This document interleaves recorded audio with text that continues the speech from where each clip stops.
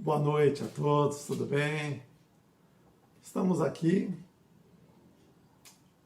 para fazermos a nossa palestra, agradecendo ao Centro Espírita André Luiz a oportunidade de estarmos mais uma vez juntos. E como de costume, primeiro, nós vamos fazer a nossa prece, elevando o nosso pensamento ao nosso amorável Mestre Jesus,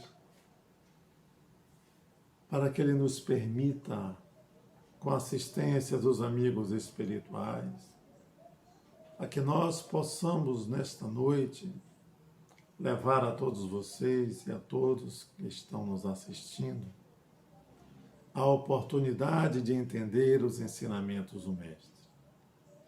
Que Deus, na tua infinita misericórdia, permaneça sempre em nossos corações, hoje, agora e sempre. Muita paz para todos nós. Mas hoje, gente, nós vamos conversar a respeito de um tema que mexe um pouco com cada um de nós, principalmente nesse momento que nós estamos vivendo. Nós vamos lembrar do medo e da morte. Ou se associarmos o medo de morrer.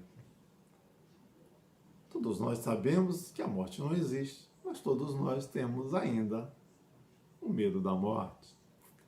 E vamos entender um pouco, quando Kardec nos traz, através da questão 68, para a nossa reflexão, ele diz assim, faz a seguinte pergunta para os espíritos: qual a causa da morte dos seres orgânicos?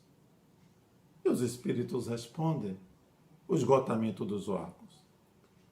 Claro que nós sabemos que todos nós nos desgastamos à medida em que envelhecemos, tanto as partes internas como as partes externas do nosso corpo, eles vão se desgastando.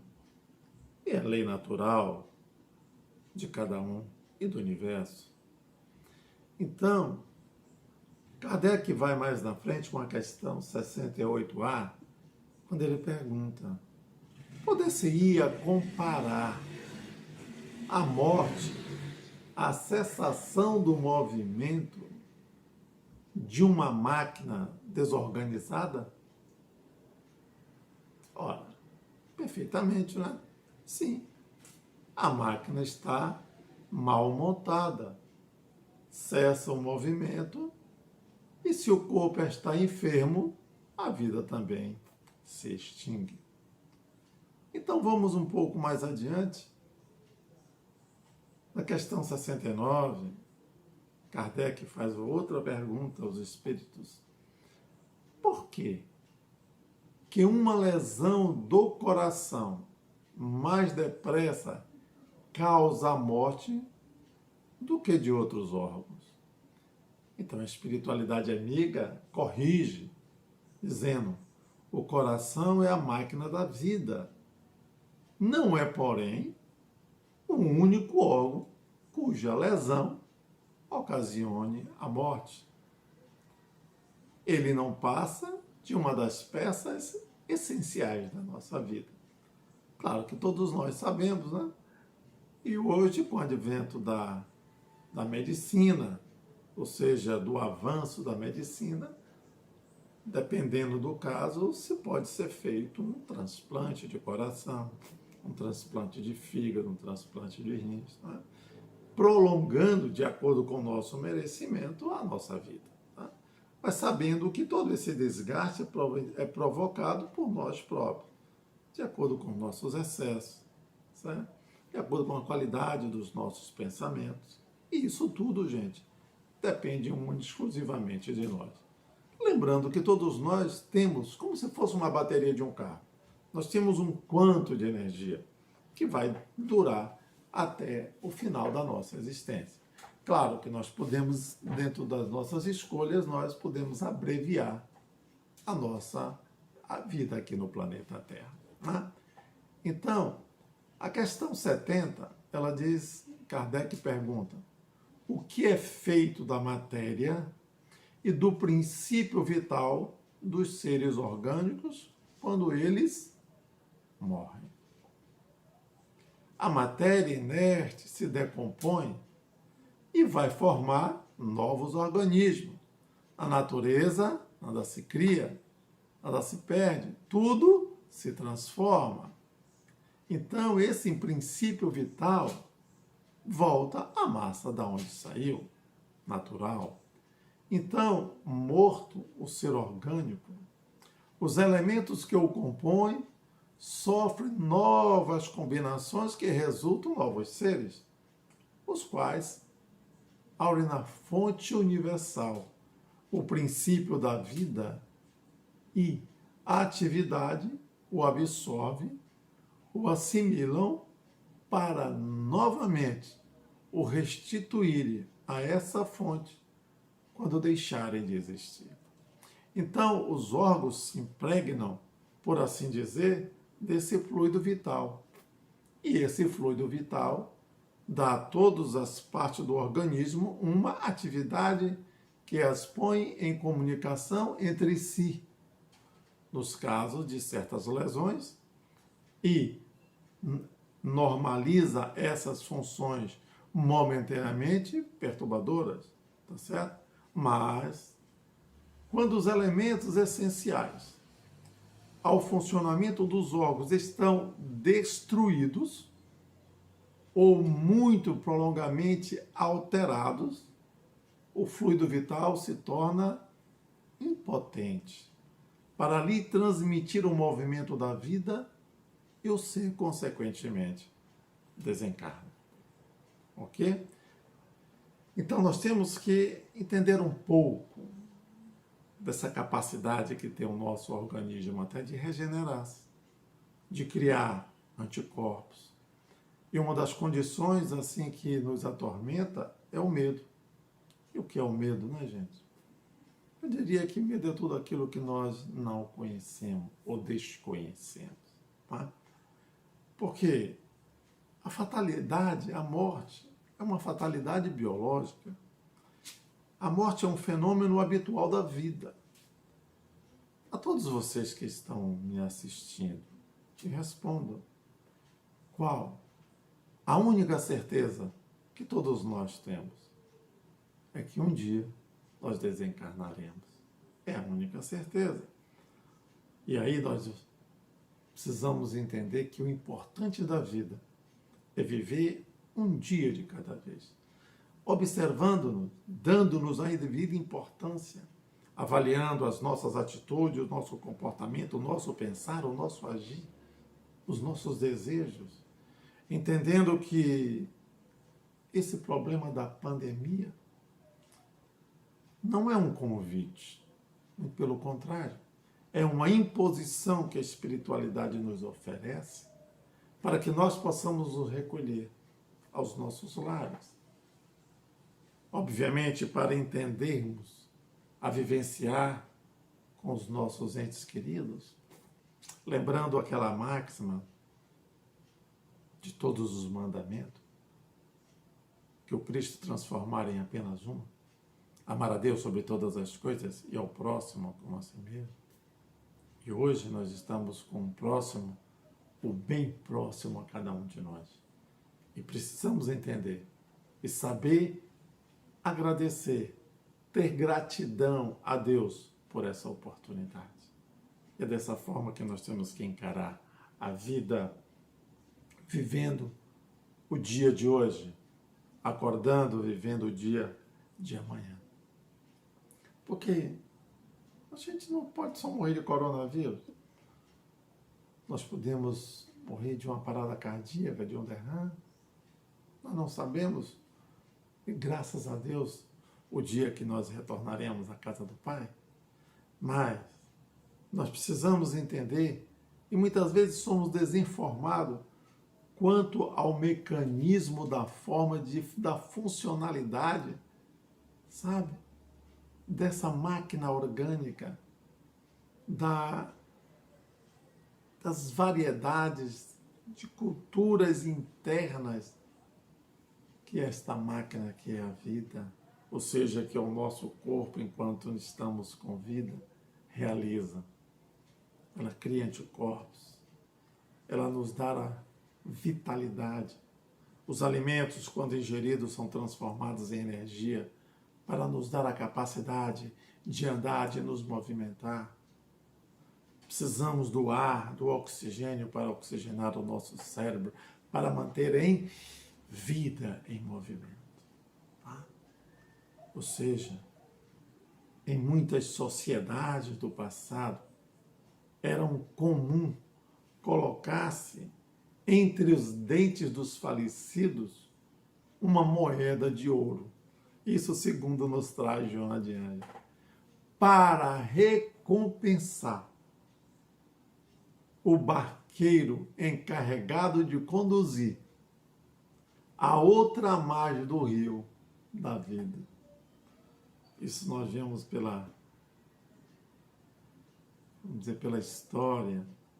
Nós podemos lembrar na Grécia, onde particularmente esse uso de colocar na moeda normal, que precisava compensar a avareza que ameaçava deixar vagando os pagãos. Quando da travessia do lago, ou seja, do rio de Estígio, segundo a mitologia grega. Modernamente, repetindo o embalsamento em que notabilizava os egípcios das casas dos mortos, buscavam embelezar os defuntos para que deem a impressão de vida, ou seja, de ressuscitar. A vida e o bem-estar, assim liberando os vivos dos temores, das reminiscências amargas. Isso tudo é para a gente lembrar um pouco. Joana nos traz isso de uma forma muito elegante. Tá? Todavia, gente, para mais entendermos como se mascara a verdade, chega o momento em que todos enfrentam, sem escapismo, convidados a vivenciá-la, a morte. A morte é um fenômeno íncito da vida que não pode ser desconsiderado. Mas muitas vezes, neuroses e psicoses graves se estabelecem no indivíduo em razão do medo da morte. É onde nós queríamos chegar. Ou seja, paradoxalmente, nas expressões maníacas depressivas, levando o paciente até ao suicídio, ante o temor de aguardar a morte. Joana faz de uma análise psicológica profunda que o homem teme a morte porque receia a vida. Olha que coisa interessante. O homem receia a morte em função da vida. E o que acontece? Sabe? É que nós precisamos entender um pouco mais.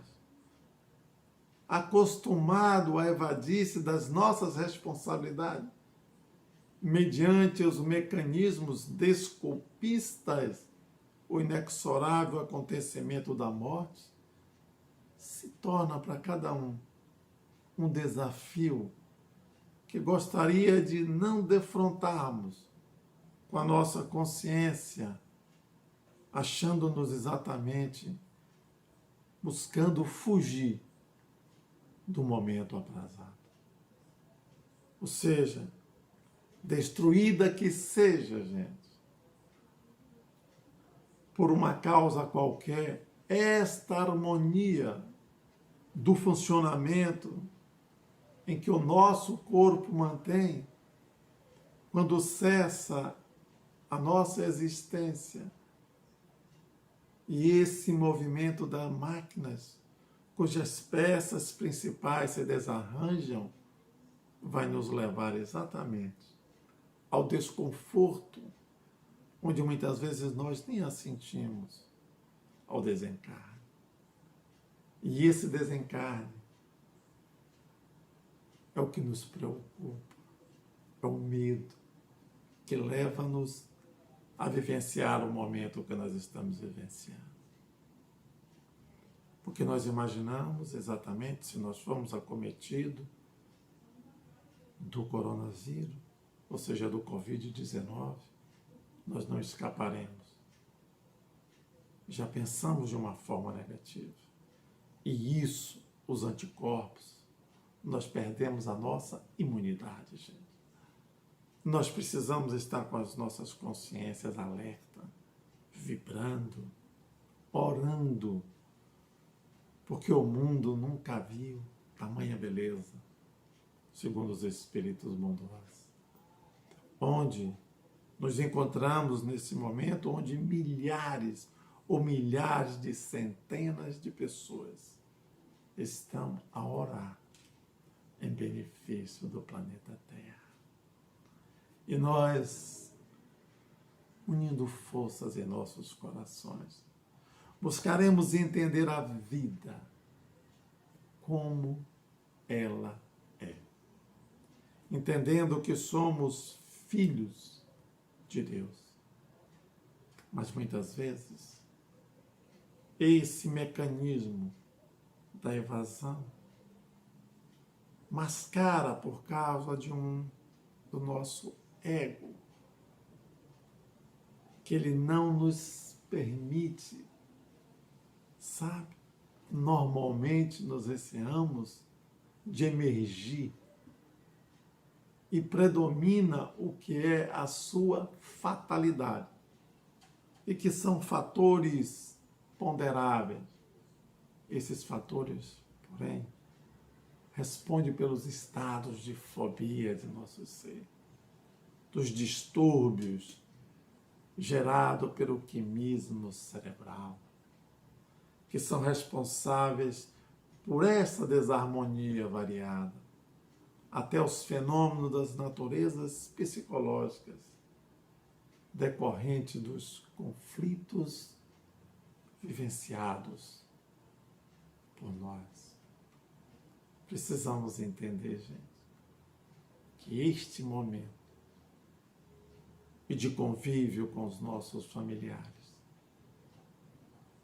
são momentos não de desequilíbrios, não são momentos de revolta, não são momentos de nos perturbarmos em relação ao desespero, porque estamos, para alguns, confinados. Não é, gente?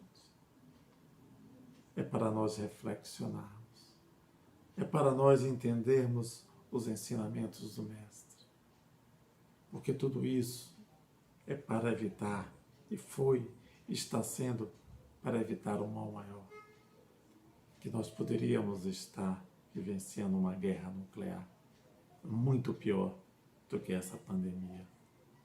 Ela vai passar, gente, mas se como o Divaldo mesmo nos orienta, ela vai passar, mas é um marco do processo de transição, o marco de transição do planeta de provas e expiações a um planeta de regeneração.